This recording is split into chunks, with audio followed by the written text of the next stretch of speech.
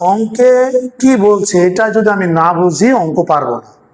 আপনি হাজার বেসিক জানেন, অঙ্কে কি বলছে এটা আমরা জানি না, তার মানে আমি অঙ্ক পারবো না। এখানে বলেছে বার্ষিক 13% মুনাফায় কোনো ব্যাংক থেকে কিছু টাকা ঋণ নিয়েছে। এই যে কিছু টাকা ঋণ নিয়েছে, এই টাকার পরিমাণটা আমার জানা নেই, তার মানে এই টাকাটা আমাকে কি করতে হবে? বের করতে হবে। 1 বছর পর 8,840 টাকা মুনাফা দেওয়া হলো, তার মানে এই টাকাটা হচ্ছে আমার মুনাফা। এর বলে দিয়েছে এত টাকা মুনাফা, তাহলে এই মুনাফাটা আমরা 1 বছর পর দিয়েছি। আসল কত ছিল, তাহলে এইটা আমাকে বের করতে হবে, এটা আমাকে বের করতে হবে। এই কিছু টাকা মানে এই আসল। বার্ষিক মানে কি? 1 বছর। বার্ষিক মানে হচ্ছে 1 বছর। এই যে 13টা কি, এখানে হচ্ছে 13% মানে কি? 13% মানে হচ্ছে 13/100। তাহলে 13টা কি? 13টা কি? এই যে এখানে দেওয়া আছে, এই পাশে লেখা আছে 13টা কি? 13টা হচ্ছে মুনাফা। তাহলে এই 13 হচ্ছে মুনাফা। তাহলে এই 100 কি? যদি 13 মুনাফা হয় তাহলে 100 কি? এই 100 হচ্ছে আসল। এই 100 টাকা যদি আসল হয় 13 টাকা মুনাফা হবে। তাহলে এইটাকে আমরা সাজাবো। কিভাবে সাজাবো? যেহেতু আমার আসল চাইছে, তাহলে আমার আসল বের করতে হবে।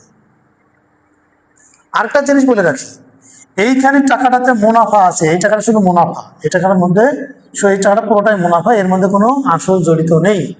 যদি মুনাফা এবং আসল জড়িত থাকতো তাহলে আমরা এই 100-র সাথে +13 সমান সমান 113 লিখে লিখতাম। যেহেতু এখানে শুধুমাত্র মুনাফা আছে, তাহলে আমরা এটাকে আর যোগ করব না। তাহলে আমরা কি করব? 13কেও আলাদা রাখবো, 100কেও আলাদা রাখবো, আমরা আলাদা রাখবো। তাহলে এটা হচ্ছে মুনাফা, এটা হচ্ছে আসল। তাহলে যেহেতু আমাকে আসল বের করতে হবে, তাহলে আসলকে ওপাশে রাখতে হবে, 13কে এই পারে রাখতে হবে। বছরের কথায় আসি, এখানে বার্ষিক মানে 1 বছর, আবার এই মুনাফাটা দিয়েছে তাও 1 বছর পর। দুই জায়গার সময় একই, এর জন্য আমরা এই সময় নিয়ে আর চিন্তা করব না, আমরা শুধু এইটুকু সাজাবো, তাহলে হয়ে যাবে। তাহলে কি 13 টাকা মুনাফা হয় 100 টাকায়, অতএব 1 টাকা মুনাফা হয়। আমরা কেন লিখছি? আমার তো দরকার এত টাকা মুনাফা হয় কত টাকায়। যদি আমরা 1 টাকার হিসাব করতে পারি, বা 1-এর হিসাব করতে পারি, বা একটা বস্তুর হিসাব করতে পারি, তাহলে আমরা যত ইচ্ছা তত তার হিসাব করতে পারবো। তাহলে 1 টাকা মুনাফা হয়, তাহলে যেহেতু 13 টাকা মুনাফা যা হবে 1 টাকায় তার চেয়ে কম হবে। কম হলে কি হবে? ভাগ হবে। কার সাথে ভাগ করব? এইটার সাথে, সবসময় এইটার সাথে। গুণ করলেও এটার সাথে, ভাগ করলেও এইটার সাথে। তাহলে 100/13। এইবার হয়তো 8,840 টাকা মুনাফা হয়। তাহলে এবার বেশি হবে, বেশি হলে গুণ হবে কার সাথে? ওই যে 100-র সাথে। তাহলে 100 গুণ 8,840 নিচে 13। এখন আমরা এইটাকে ক্যালকুলেশন করব। আমরা প্রথমে এই শূন্যটা বাদ রাখলাম, শূন্যর কথা বাদ রাখবো। 884, এই 884টাকে হিসাব করব।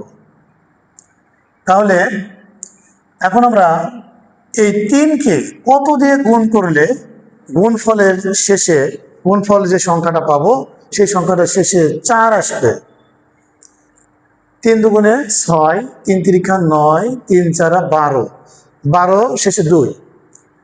তাহলে 3 5 15, 3 6 18, 4 আসে না, 18 8 আসছে, 3 7 21, 3 8 24, 8 দিয়ে 21 দিয়ে গুণ করি তাহলে আসছে কত? 24। তাহলে 4,